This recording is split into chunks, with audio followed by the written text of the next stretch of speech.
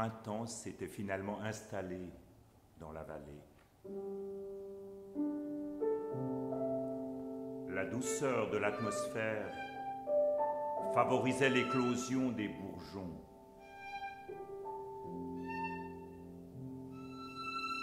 Des bouquets de fines feuilles d'un vert tendre, presque fluorescent.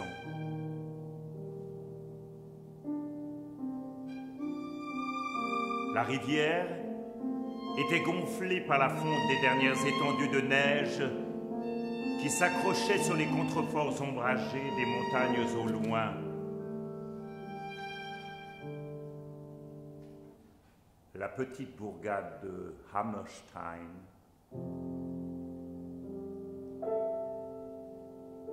levée nonchalamment dans un des méandres du cours d'eau, s'éveillait au son mélodieux et enthousiaste des oiseaux. En ville, malgré l'heure matinale, il régnait déjà une joyeuse activité.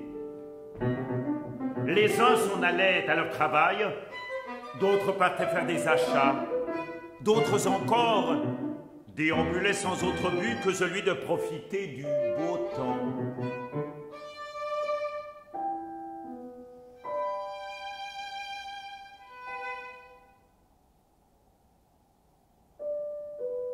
Dans cette ville d'à peine 3000 âmes, tout le monde se connaissait. Les gens se saluaient avec affabilité et courtoisie, faisaient un brin de causette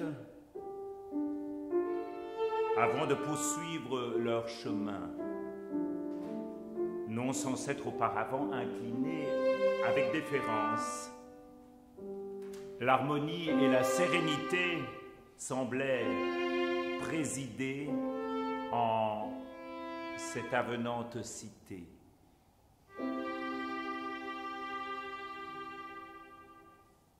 C'est ce matin-là qu'un mystérieux voyageur fit son entrée dans la ville par la porte est.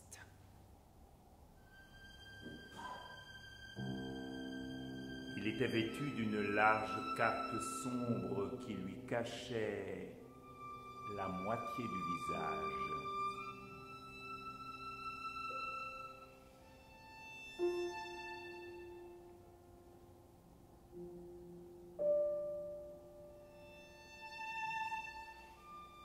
Pour seul bagage,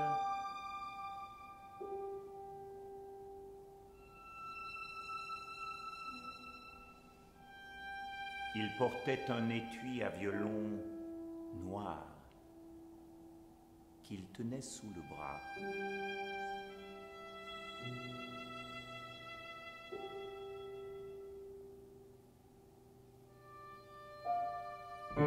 À cause de l'animation qui régnait dans les rues, personne ne remarqua son arrivée.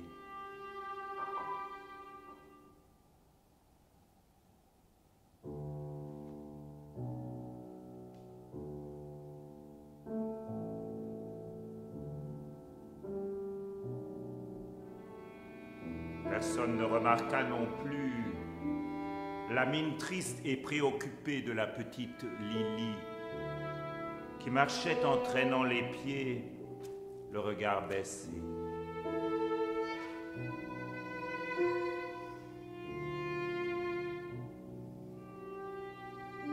Elle n'avait vraiment pas envie d'aller à l'école.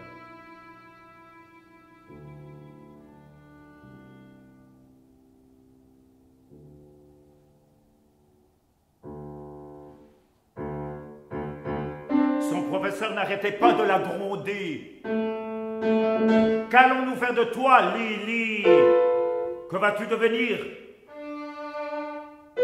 répétait-il constamment.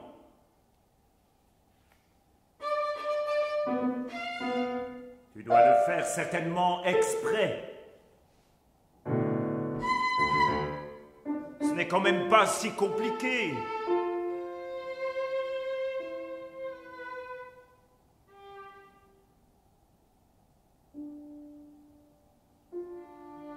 Elle se donnait pourtant de la peine, Lily. Mais tout s'embrouillait dans sa tête.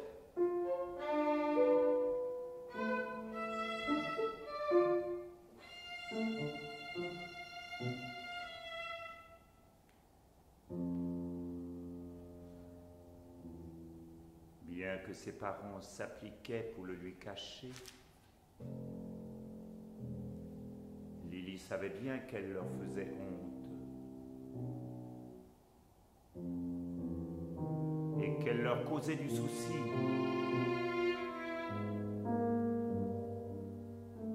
Pour couronner le tout, et ceci malgré son caractère attentionné et enjoué, ses camarades se moquaient d'elle.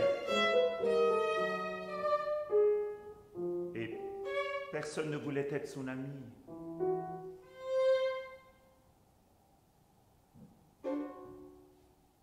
Le mystérieux voyageur s'engagea dans le parc, situé derrière l'église. Le long de la rivière, un parc soigneusement entretenu.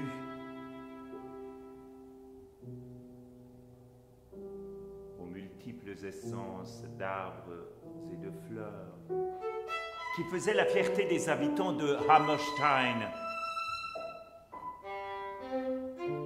Le voyageur scruta les diverses espèces végétales qui s'épanouissaient là.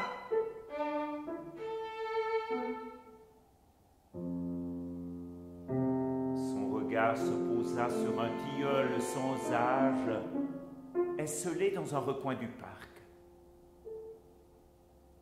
Il se dirigea vers lui, en fit le tour lentement, caressa doucement l'écorce ridée de son large tronc, prononça quelques mots incompréhensibles à son intention, semble-t-il, puis enleva sa cape qu'il étala à son pied. Il s'y assit en tailleur et posa son étui à violon délicatement sur le sol à côté de lui. Les craintes de Lily se justifièrent à nouveau ce matin-là.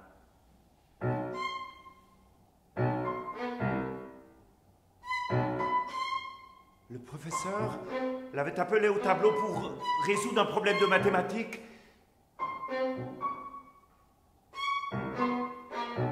Les chiffres de l'addition ne restaient pas à leur place. Il voyageait malicieusement en tous sens, empêchant Lily de se concentrer. Lily se retint de pleurer en retournant à sa place, sous les huées de ses camarades.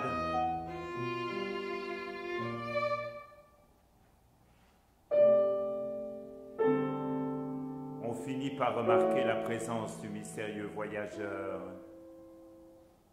qui s'était installé sous le tilleul du parc.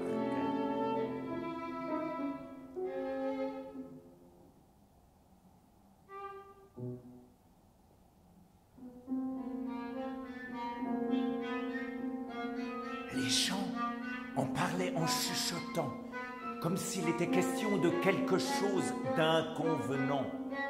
Vous avez remarqué cet étranger dans le parc? Il reste là sous le tilleul, sans autre bagage que son étui à violon.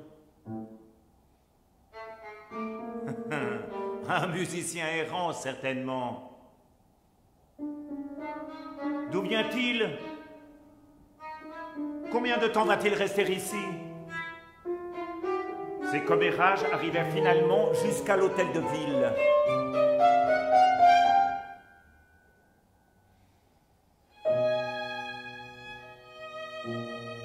Et monsieur le maire se sentit le devoir d'entreprendre personnellement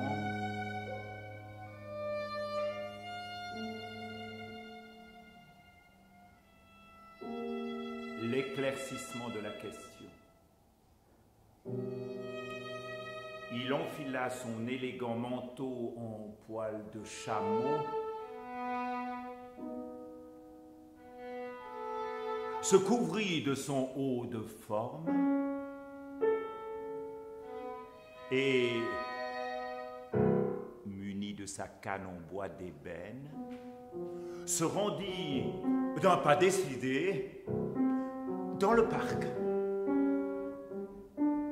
Il eut au fait de repérer le nouveau venu auprès duquel il se rendit en coupant directement à travers la pelouse.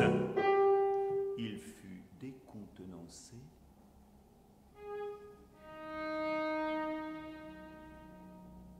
en se retrouvant devant l'étranger.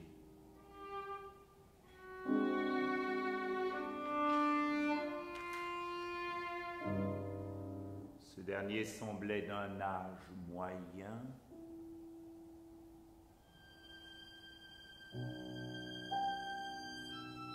les traits de son visage étaient d'une douceur et d'une finesse particulières.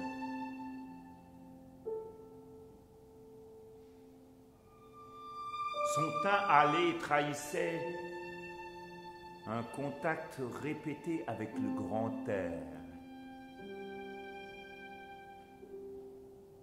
Impression encore rehaussée par une ample chevelure hirsute d'un noir argenté.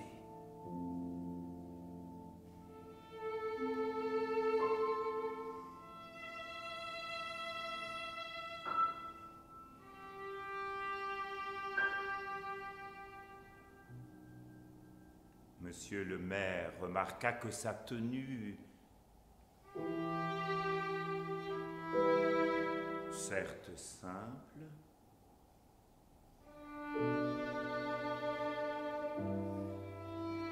était cependant étonnamment propre et soignée.